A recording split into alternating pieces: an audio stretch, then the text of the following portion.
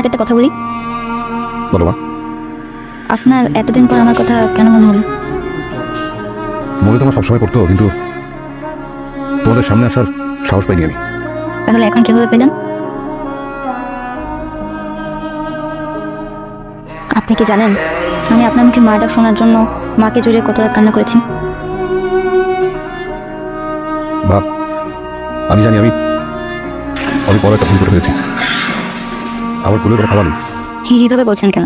আপনাকে তো আমি অনেক আগে ক্ষমা করে দিয়েছি, নাহলে আজকে এখানে আসতাম না।